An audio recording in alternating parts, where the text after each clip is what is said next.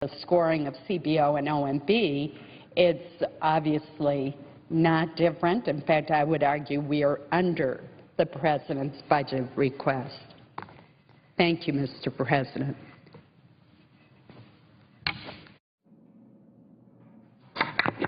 Mr. President. Senator from Florida. Mr. President, I ask unanimous consent that I be recognized to speak as a morning business for up to 10 minutes.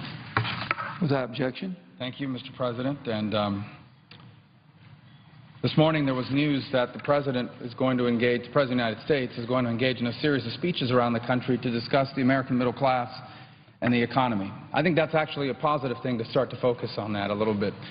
The American middle class is the essence of America's greatness. I've said this often before because I'm a product of that middle class, that working class, of how critically different that makes us from the rest of the world. Every country has rich people, and unfortunately every country has poor people. But one of the things that distinguishes America from the rest of the world is that we have this vibrant middle class. I have lived that in my own lives. You know, my parents were working class people and came to this country with not a lot of education or many connections. But they were able to provide for us a lifestyle where they owned a home and were able to do vacations and even, provide us everything we needed, not always everything we wanted, of course. That really distinguishes the country from the rest of the world. That vibrant middle class is the essence of our economic exceptionalism. So I'm glad the President is focused on the middle class, and I hope that we will begin to focus on the middle class here in our conversations as well. And it's why I come to the floor to speak to you about the middle class for a moment, because I'm very concerned about the impact that the health care law, Obamacare, is having on the middle class. Now, I know that Republicans have been opposed to Obamacare from the very beginning. And I understand that a lot of people out there see Obamacare as a bill that's going to give you access to health insurance that you may not have right now. But what I want, hopefully, people to understand from a nonpartisan basis, Republicans, Democrats, Independents, no matter who you voted for in the last election, that Obamacare is not working out the way it was advertised. And in fact, what I want to point to today is how Obamacare is actually hurting that vibrant American middle class that the President is trying to focus on in his speeches, and that I hope we will be focused on in our policies. So last week on Friday, I traveled to Central Florida. I actually went to a place called Gatorland, which is a tourist attraction, kind of an old Florida tourist attraction where kids have gone for a long time with their parents to see gators, live alligators, and the shows they put on. And I use that as a forum to meet with several small businesses in the region, not all tourist-related. And I had a chance to sit down and talk with them about their concerns regarding Obamacare, and importantly, what it means not just for their business. These are middle-class businesses, by the way. We're not talking about billionaires here. But, more importantly for me, the impact it was going to have on their employees, the people that work for them, working-class, middle-class Americans who happen to live in Florida and work at these places. Now, first I heard from the owner of Gatorland, who basically pointed out that he has a little bit over 100 full-time employees that work for him. You can imagine what I'm talking about, the people that take your tickets when you walk in, the ones that run the exhibits. These are everyday working-class people. Some of them are young people that just got married and are trying to start a family. He gives them insurance. They have insurance right now. And he pays a portion of their premiums, and they pay the rest, and they seem to be pretty happy with that insurance coverage. It's not perfect. They have to pay for it out of pocket. But it's part of it.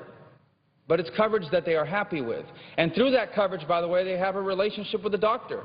Young couple, for example, the wife is a few months pregnant. They've been going to the same OB/GYN. You get comfortable with this doctor. You're happy going to this doctor. Maybe it's the same doctor that helped you with your previous pregnancies, or your kid's pediatrician that knows your family's history. So every time you sit with them, you don't have to re-educate them. The point is someone that you're happy with in your insurance, and also a doctor that you're happy with. But there's a problem. Health care costs and premiums are going up for this business. As they're sitting here looking into next year and beyond, their companies are already telling them, our premiums are going to go up. We can't tell you yet by how much, but it's going to be by at least this much, which means the amount of money they put aside every year in their budget, in Gatorland's budget, to pay for health insurance for their middle-class employees is going to go up big time. So this business has to find the money from somewhere. Now, one is they could just raise the price of admission, but they really can't do that. Number one, people can't afford it. Number two, they have some pretty significant competition nearby in Disney World and Universal Studios, so that's not really an option for them. Their options are as follows. Number one, they can take the insurance they're providing now for their employees and get rid of it, replace it with another insurance that's cheaper and covers less. By the way, now it's a new insurance. So these middle-class employees, they're happy with the doctor they're going to. That doctor may or may not be on the new plan. So now you destroy that relationship as well. It'll be a cheaper insurance for the employer and the employee, but it'll cover less, but it meets the mandate. And obviously, Gatorland can continue to operate. The second option they have is just to reduce a bunch of people under 30 hours. Because if they're working less than 30 hours, you don't have to offer them anything. That's a big cost savings. They don't want to do that, as proven by the fact that they're offering the coverage now, but they may have to do that. Their third option is to just pay a fine, and let these people go out and find their own insurance in the exchanges. The problem with that is, number one, the exchanges haven't even been created yet. Even though you're supposed to be enrolled beginning October 1st, they don't exist yet, so you can't even figure out what they are if you live in Florida. And number two, again, the same problem. It's a new insurance company, which means you may or may not have the same doctor. A fundamental promise of this law when it was passed is if you're happy with your doctor, you won't have to lose that doctor. If you're happy with your insurance, you can keep it. Obviously, for about 100 and some odd people that work in Central Florida, that is not true. I also met with a young lady named Gigi Barrios, a young woman. She is the owner of something called FCS Building Services. Basically, it's that company that provides janitors at night to come up and clean up your office. This is the epitome of the working class. You know what I'm talking about? The people that come in after 6 o'clock and vacuum the carpets and come in and clean your offices. These are her employees. She also offers them health insurance. But her health insurance premiums are going up next year big time. She's going to have to go through the exact same choices as Gatorland. So right now in Central Florida, there are janitors and janitorial crews who are working more than 40 hours a week, have health insurance that they're happy with, have doctors they have relationships with, and they are on the verge of losing all of that because of this law and because of its impact. I met with another owner of a place called Fun Spot. Fun Spot is another attraction place, one of these old Florida attraction places. They actually, after 5 years of working in Fun Stop, you get 100% coverage. If you work there for 5 years, they pay all of your insurance. You don't pay a penny out of your pocket. But their costs are going up bigger than anybody else that was meeting there, astronomical. Same calculation is going to happen. They're going to either have to find a new and cheaper insurance, which means people that have full coverage 100% and are happy with it and love it are going to lose it. In Florida, these are ticket takers and ride operators and people that clean up. These are middle-class, working-class Americans. They will lose their coverage. I can tell you they're not going to pay 100% of anyone's coverage moving forward because even if they wanted to at this point, and they do want to, they can't. They can't afford it. The premiums are going up because of Obamacare. Or they could come up with one of these newer plans that's cheaper and costs less money, but the same fundamental problem we're talking about. Now, you may say maybe this is a Florida problem. It is not. The U.S. Chamber of Commerce recently did a survey. They found that 75% of small businesses in America are going to have to do something like this. In their survey, they found that 27% of small businesses are going to cut hours just to get under the 30 employees to avoid the health insurance mandate because they can't afford it. 24% of small businesses are going to hire less people, which is one of the problems at Fun Spot. They actually own land that they want to expand to. They want to grow Fun Spot. They want to grow more rides, more attractions, more middle-class, working-class jobs. That's not going to happen now. 24% of companies are going to hire less because of it. 23% of companies plan to replace full-time employees with part-time employees. The Congressional Budget Office has found that 7 million people in America, at least 7 million people, are going to lose employer coverage that they have right now. At least 7 million Americans have the promise that was made to them is going to be broken. You have insurance, you're happy with your insurance, you're going to lose your insurance because of Obamacare. 5 million people will have to pay for more expensive plans because of Obamacare, but because they make too much, according to the law, they won't qualify for a subsidy to help pay for it. It's not just businesses, by the way. Brevard County, I have the article here, in case it turns out not to be exactly as I say it. This is from Florida Today. Some part-time Brevard County workers in Florida are getting their hours cut so that the county would not be forced by federal law to pay for their health insurance. In fact, the Brevard County Library Services Department Director Jeff Thompson said 37 of his department employees have had their hours cut as a result of the health care issue. Library Services Department, middle-class jobs. This is the middle class. They're going to lose hours. I don't care if you're a Republican, a Democrat, an independent, who you voted for in the last election. This is a disaster for all of us. And rather than digging in and saying, I'm going to fight till the death on this law because it has my name on it, because it was my signature achievement in my first term, I wish the President and the White House was more open-minded about saying, you know what, this is not working out the way we thought, this is going to hurt way too many people at a time people are already hurting, let's put the brakes on this, or let's redo this thing, let's get rid of this and start over. But they don't seem to be focused on that. They claim to be focused on the middle class, and yet we know millions of middle-class Americans, and a few hundred that I know now personally in Florida, are going to be dramatically hurt by this law. And yet it's full speed ahead. That's outrageous. We have one last chance, I think, to stop this if the White House won't cooperate, and that's through our budgeting process. We are probably going to have to pass in September here a short-term budget to move forward into the next year. And a lot of my colleagues love to say that they're against Obamacare. But if you vote for a budget that pays for Obamacare, that pays for these things I've just described, you have voted for Obamacare. Some will say, well, that's crazy. You're going to shut down the government over Obamacare. No, what's crazy is moving forward with this thing after all the problems. This is just the tip of the iceberg. I only have 10 minutes.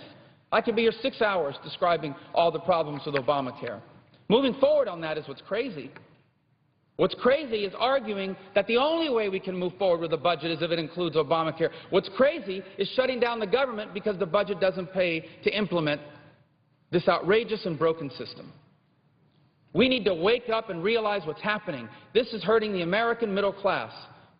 And if we lose the American middle class, we lose what makes our economy different and special and unique. And so, Mr. President, as you travel around the country this week, as you come to Jacksonville, Florida on Thursday, I hope you will also explain to the American people how it is that you can justify cutting hours, cutting benefits, and taking away health insurance, and taking away existing health insurance and existing doctor-patient relationships away from millions of working-class and middle-class Americans who are going to be hurt by this law because of your refusal and the refusal of many of your allies to consider suspending this or permanently repealing it and replacing it with something better. Thank you, Mr. President. I suggest the absence of a quorum. Clerk, call the roll. Mr. Alexander.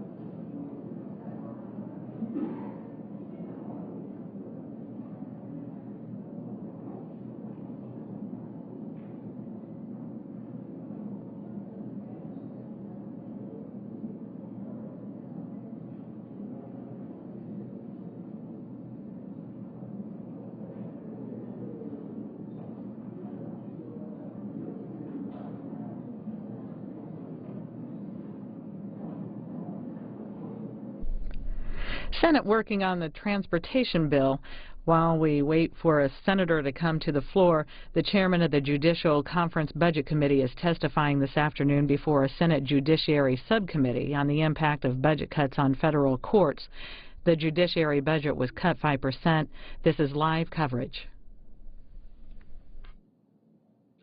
The federal judges in those districts are simply absorbing the extra caseload. There are significant delays, as Chairman Coons, you understand, in bankruptcy court. your court is the busiest in the country for Chapter 11 filings. Since 2012, Chapter 11 filings have increased 38%. Yet the budget has decreased their budget. Their budget has cut them 28% over the past 3 years. These changes in bankruptcy court are affecting the livelihoods of debtor companies, employees, as well as property rights of creditors and stakeholders in some of our nation's most important enterprises that depend on the bankruptcy court's ability to administer justice in a timely fashion. Mr. Chairman, the increasing delays and uncertainties of our federal courts are having an economically deleterious effect upon U.S. businesses and individuals. It's simply more expensive when there are delays. The second point is the federal court's sequestration effects are having true implications for the people's right under the Constitution, both for general welfare, having a safe, secure society that is available, that we don't have to worry about the criminally accused doing things, whether they're pretrial stages or post-trial stages, that would jeopardize American public safety. And likewise, related to that is the constitutional issue of the Sixth Amendment and our tradition of the Sixth Amendment and looking after the criminally accused, having them have a right to counsel. As to the issues with safety, there's a concern that probation and pretrial service officers are unable to properly monitor the activity. Senator from Rhode Island. Mr. President, I would ask that the quorum call be dispensed with. Objection. Thank you, Mr. President. Mr. President, as you well know, since you've worked awfully hard and very effectively with respect to the issue of student loans, we are about to rush into a complete restructuring of the way we price student loans.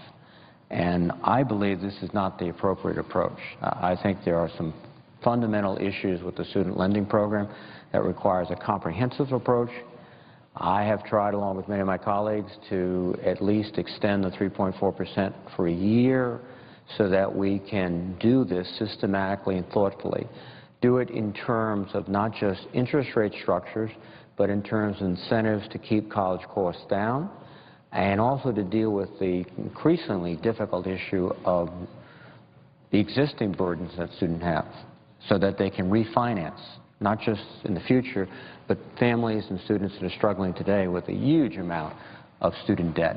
Student debt has exceeded $1 trillion, is past credit card debt as the second largest household debt that we hold in the United States.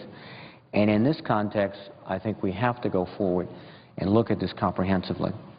Now, the Bipartisan Student Loan Certainty Act is a product of great effort and very sincere efforts to try to deal with this problem. But I do not think it will lead to a long-term stable solution that will benefit students. And what I think it will do is shift the cost of these programs increasingly to students. And this is not the way it used to be. The idea that the government would generate revenue from student loan programs is a fairly recent one. From the first loan programs that we established in the 1950s, the programs were designed as investments, something we paid for, the government, and we benefited from through increased productivity, through increased education of our citizens, increased the ability to compete worldwide. It was not designed to generate profits. It was not designed to break even. It was designed to invest in the future of the country through its young men and women. And we invested in education because we understood that educational opportunity was directly connected to our prosperity and our security. Indeed, it was the engine that was going to pull individuals up the ranks into the middle class and beyond, and it was going to pull the country forward with increasing prosperity and increasing national benefits. In response to Sputnik back in the 50s, we created the National Education Loans, what we now know as the Perkin Loans, to expand the number of college graduates, especially in the fields of math, science, engineering, and education. Those are the very fields today we're saying, my goodness gracious, we need more math, science, engineering, education people. Today we call it STEM. A fancy term. Back then it was just math, science, engineering, education. These were low-cost loans with very generous benefits. For instance, no interest accrued on these loans while the student was in school, and teachers could get these loans forgiven completely. Now, in the Higher Education Act of 1965, and one of the principal architects was Senator Claiborne Pell, my predecessor, grants, the Pell Grant, named aptly after Senator Pell, work-study, and low-cost loans were the three pillars of student financial aid. We gave money to students without repayment through the grants. We had low-cost loans, very low-cost loans, relative to prevailing rates in the country. And then we had a work-study program. Providing more educational opportunity then was seen as a necessity, not a luxury, not something that, would be nice to do. And we've all benefited from it. The productivity of this country today is a direct result of those investments made in the 1950s and 1960s. In fact, I would suggest individually, and with very rare exceptions, every person in this body benefited. I know I did. After West Point, which was funded by the government but required at least 5 years of service afterwards, I went to law school. I had to get a loan to help me get through there, and I did. In fact, I will also dare say that nobody is in this chamber today, with very few exceptions, without the access to and benefit to very generous student lending that persisted, that was part of it was a fixture of the 1950s, the 1960s, 1970s, 1980s.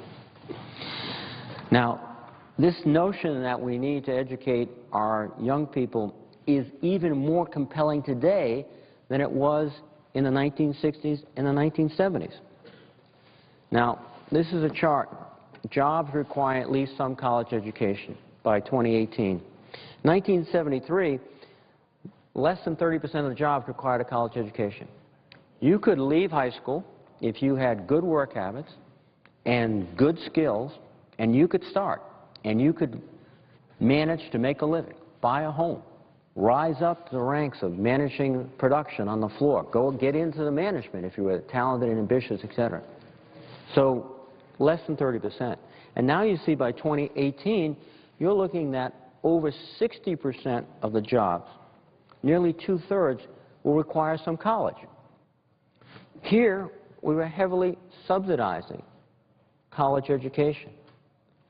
Now we're proposing to say no.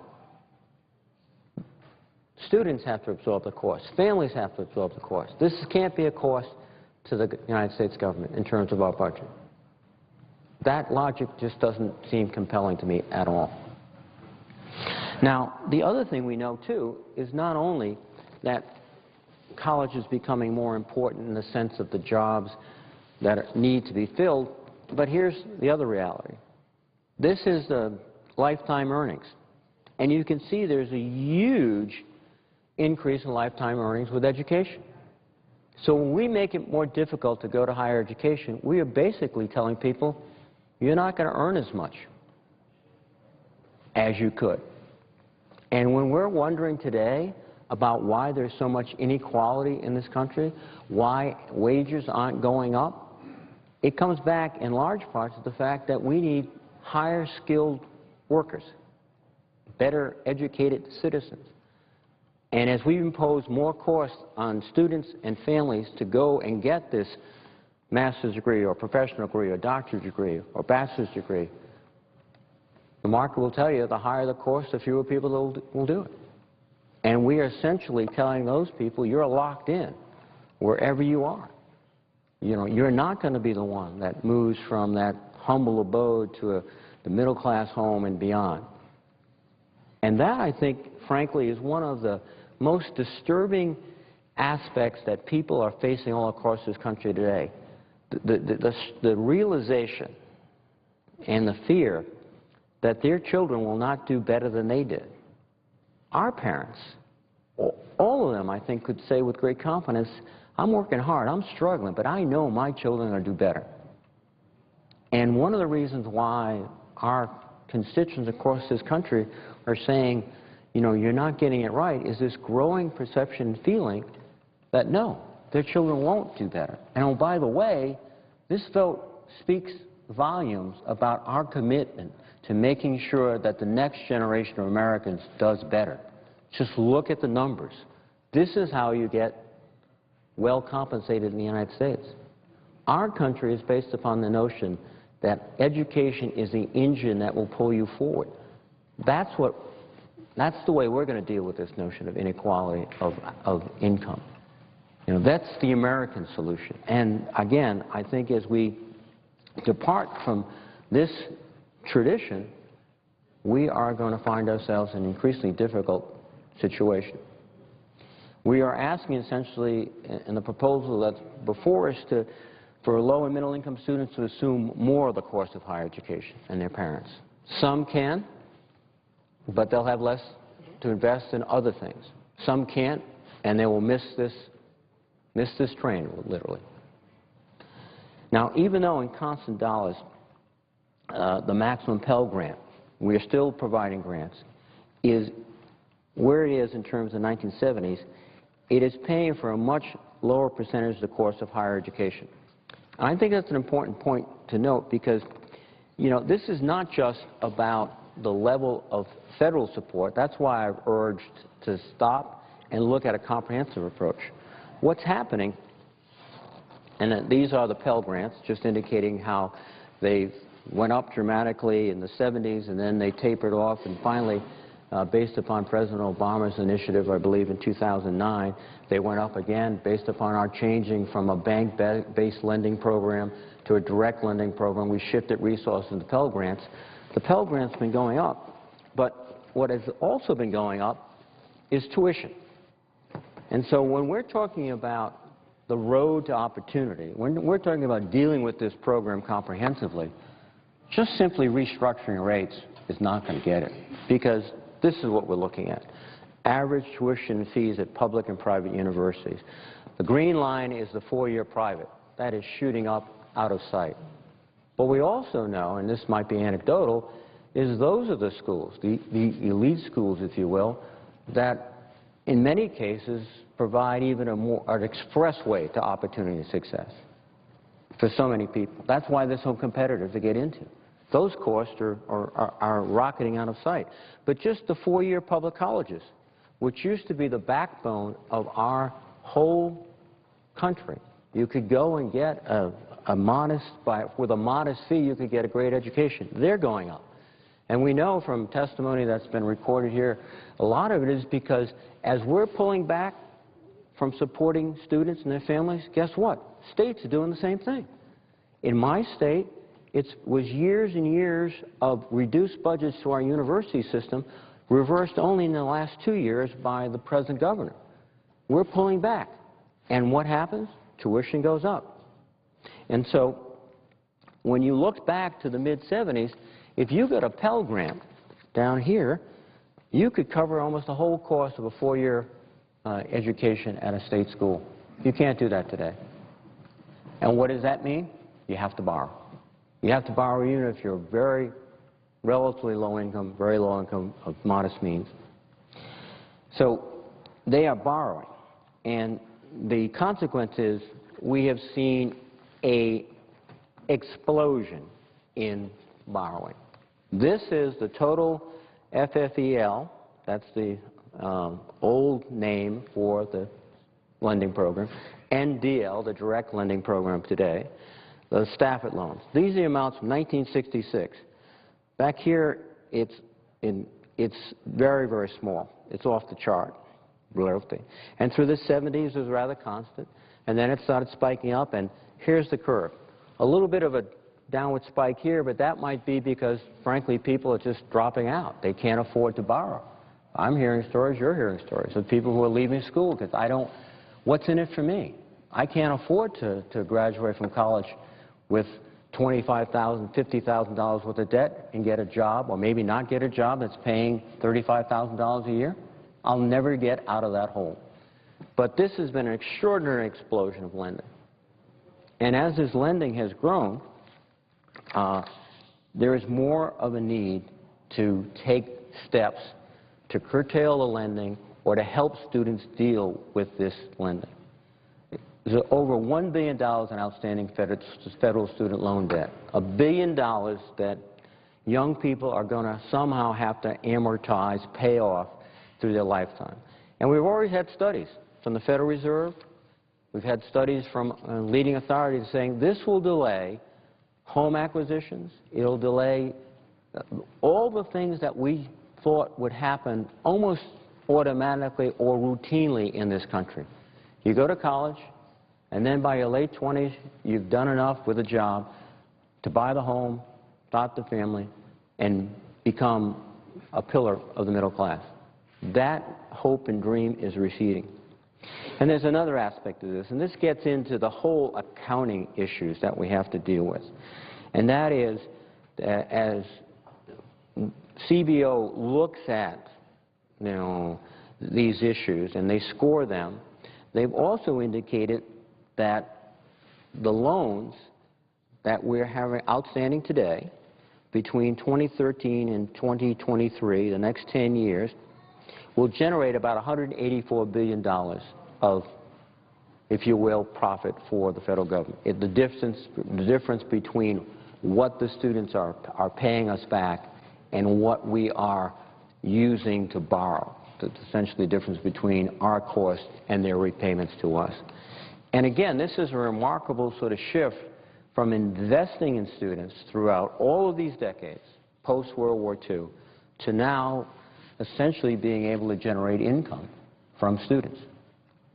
Since 2007, we have been seeing a positive return to the federal government on student loans, even from loans made under the old bank-based system, because of the way the interest rates have run, because of our borrowing costs, and because of the cost students have to pay. Now, I think, given the fact that we're able to generate $184 billion over 10 years, we should be able to find a way through for a 3.4% rate for at least another year. But that, again, has proven elusive in terms of the votes here on the floor. But I think more than just that, again, all of this suggests strongly we have a major challenge to reconfigure our student lending system, our grant system, our work-study system. We have a major challenge in lowering the cost of college educations. Rather than taking off like a rocket, it should be coming down. We can't do that in a matter of 2 or 3 days. It's going to take some comprehensive and coherent work over many, many weeks or months. And the problem we face there in terms of looking forward and making changes is that under our budget rules, we've locked in 6.8%. So everything we do has to rotate around 6.8%. The proposals before us by my colleagues with lower interest rates in the first few years, but just to make up for the 6.8% assumption of the budget, it would have to raise interest rates in the out years. So for the first several years, we're going to provide an increasingly expensive but relatively, I'll emphasize, inexpensive approach to student borrowing. But that has to be made up arithmetically by a higher cost for those succeeding generations. So in some sort of mundane example, if you're a senior in high school today, you will do reasonably well, not as well as 3.4%, but reasonably well. But if you're a younger sibling who's a 9th grader or an 8th grader, he or she will be paying for you, because those rates, just to make up this gap, will be much higher. We know they'll be higher.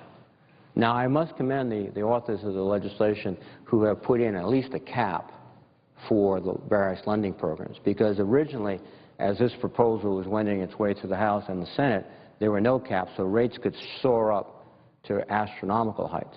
But still, even with these caps, the succeeding generations of students, and this is a long-term proposal, this is not a proposal that has a finite period of time.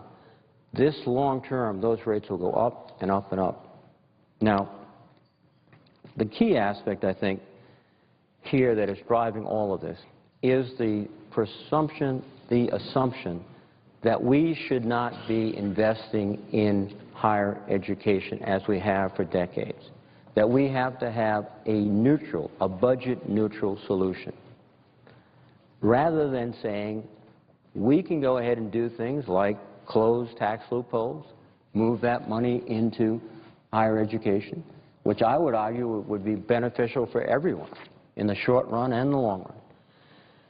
So we have been locked into this budget-neutral approach, and there is a $715 million surplus, actually, but it's as close to zero in terms of budget neutrality as we could get.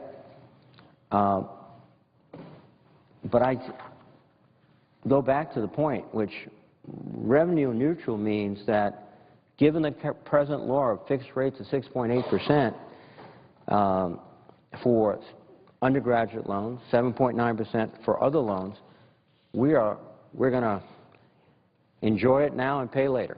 That's the essence of the proposal before us. And we could pay, students could pay much, much more later. And I think also the idea that we're going to fix this 2 years or 3 years hence is not reasonable, because the cost of fixing it goes up with each year. And if our principle, our presumption is this always has to be revenue neutral, there might be some good ideas about fixing it, but where's the money? Because that's what's going to have to be included to fix it. Now, I think we can do better. I will be offering an amendment with Senator Warren that will cap this proposal at 6.8% for student loans and 7.9% for the plus family loans, the parent loan. That will be comparable to what the fixed loans rates are today. So we can at least tell all of our constituents no student will be worse off over the next, not just 3 or 4 years, but over the next 10 years or the next 20 years, however long this legislation endures. And I think that's something that would be a useful improvement. We're paying for it by a surcharge for people who are making over $1 million, a very small surcharge. And I think, again, we should be able to say, no, we can find resources to invest in the future of the country, to support, to subsidize students so that they can improve their skills, move into the middle class, move the country forward. We've always done it. We can do it today. So I would urge my colleagues to favorably consider the amendment when it's proposed. Again, there has been extraordinary efforts on the part of many, principled, thoughtful, to try to deal with this issue. I would go back to my initial point. If we really want to deal with it, we have to have time, and frankly, we have to have resources. And the way this is evolving, we don't have time, and we're unwilling, at least, it appears at this juncture, to commit significant resources to solve this problem in a comprehensive, coherent way that will benefit students and families, and in the long run, will benefit this country. And with that, Mr. President, I would yield the floor. And I would note the absence of quorum. Clerk will call the roll. Mr. Alexander.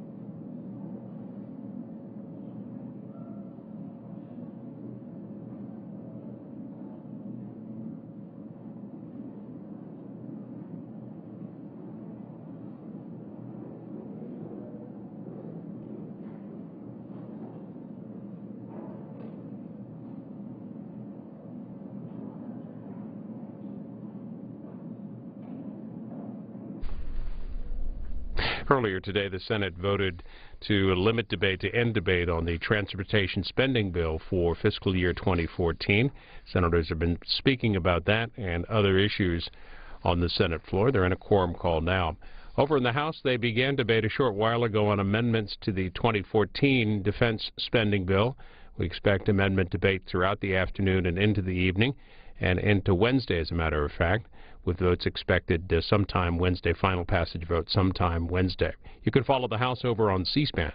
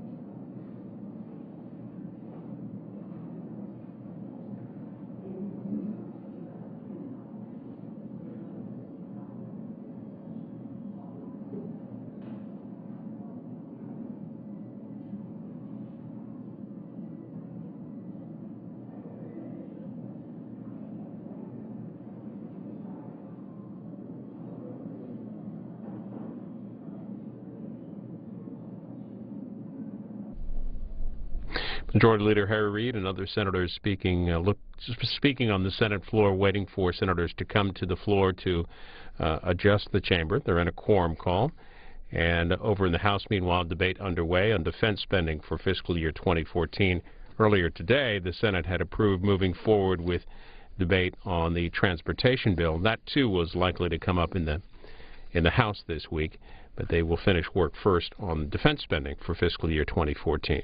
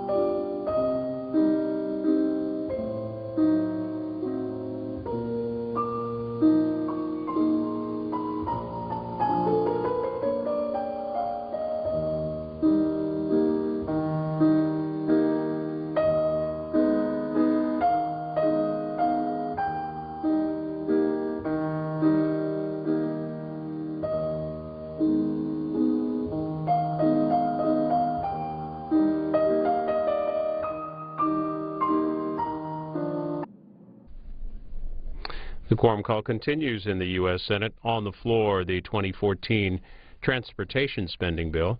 The House is working on the 2014 defense spending bill, working their way through amendments this afternoon and well into this evening.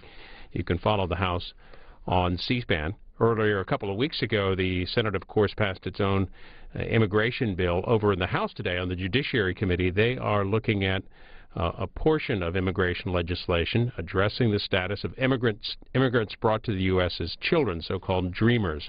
Testimony underway before the House Judiciary Committee, and it's live now. You can follow that on C-SPAN 3.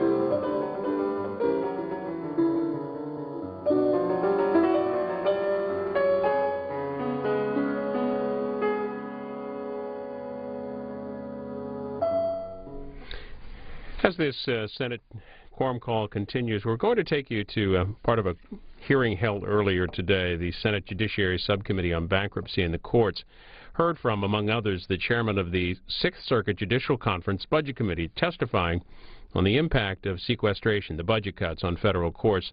The judiciary budget was cut 5%, and it's estimated that up to 2,000 employees could be laid off this fiscal year. We'll show you what we can of today's hearing as this quorum call continues. Deal with that. Judge Gibbons, Birmingham has Northern District of Alabama. Federal judges somehow manage their own building rental space, and they're very, very happy with it.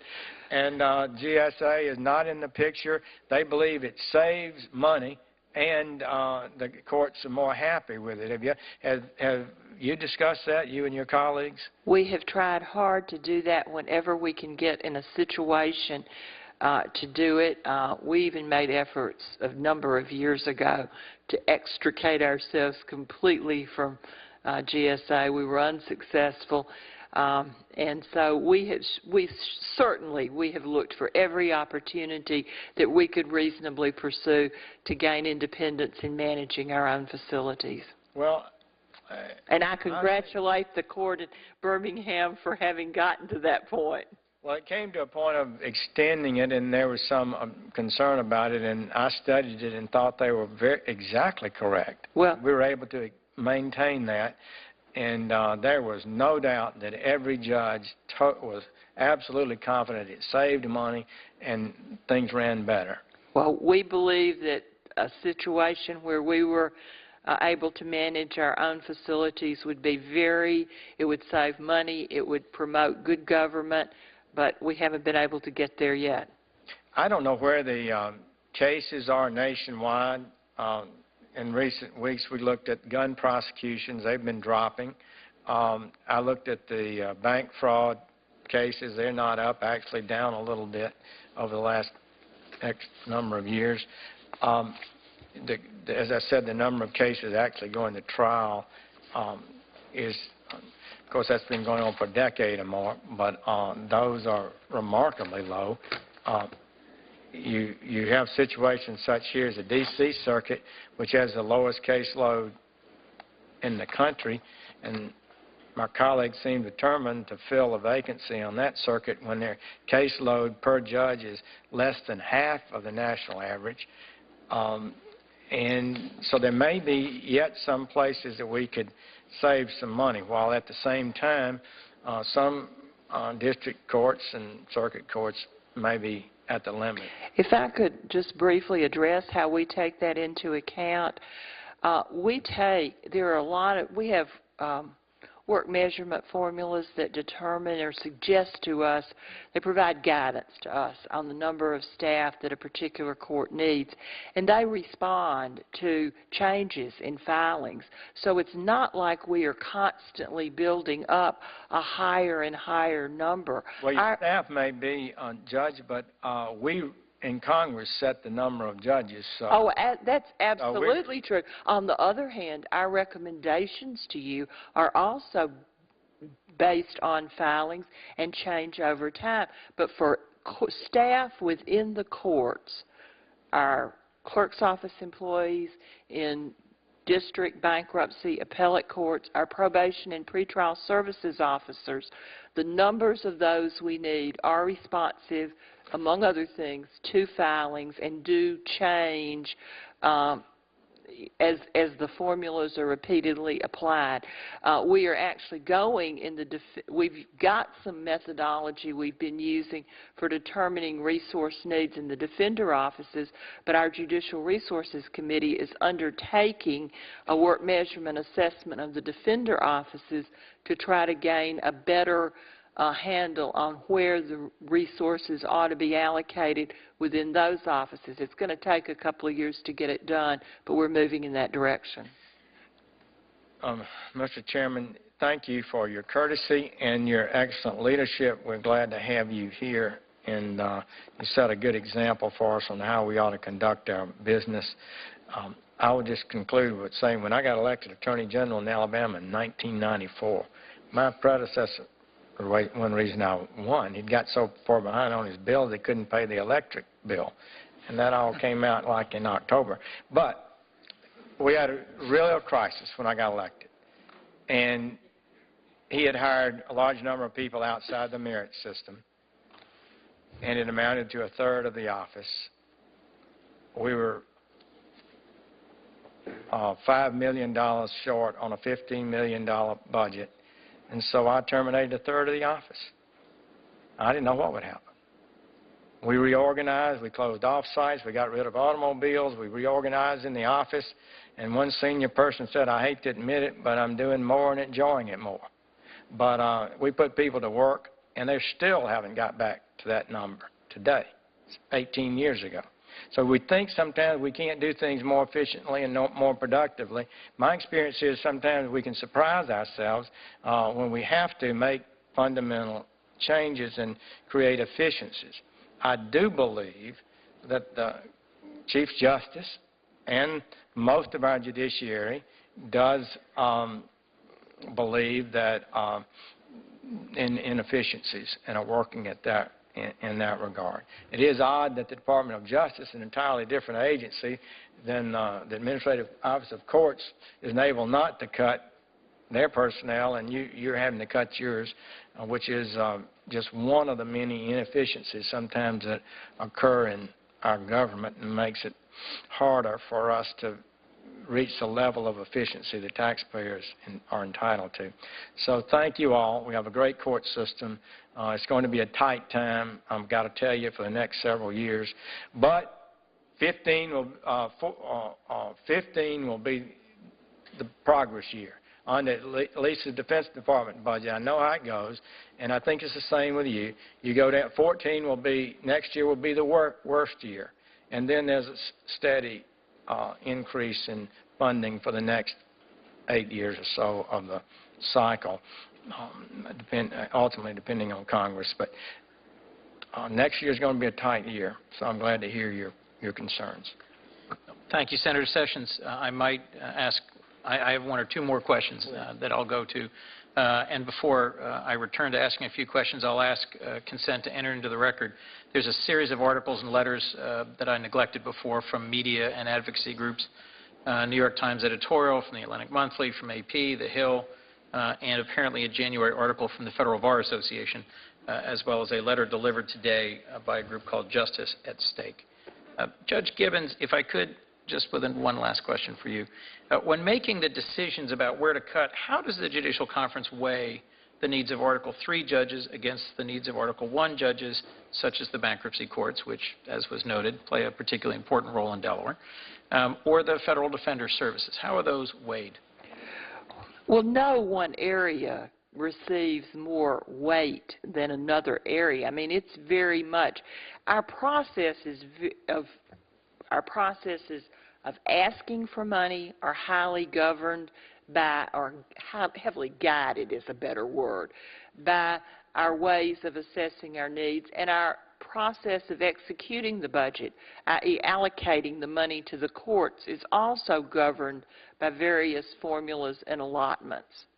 But there's nothing in the system that, for example, values the work of an Article III judge more than the work of an Article I judge, nor is there anything that values a clerk's office more than a federal defender's office.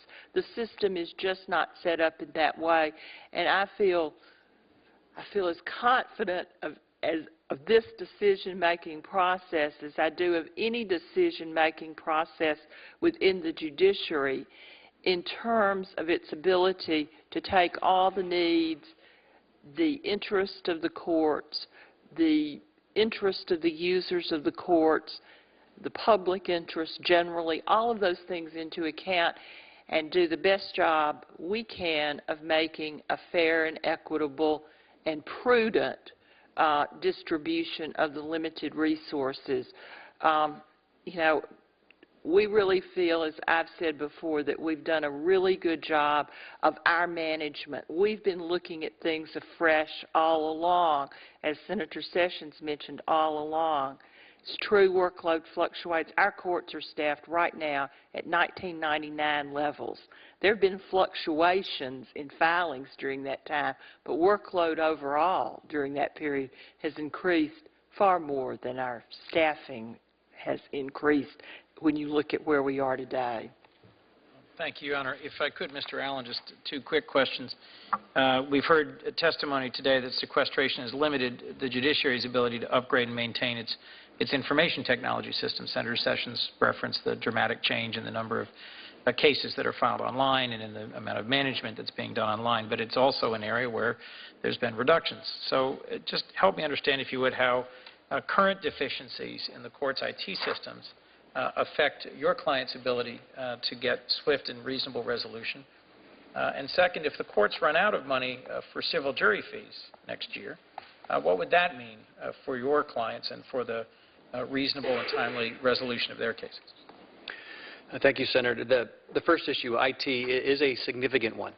As Senator Sessions noted, there has been progress over the last decade or so to update our system, where most filings in federal court use the PACER system. Subject.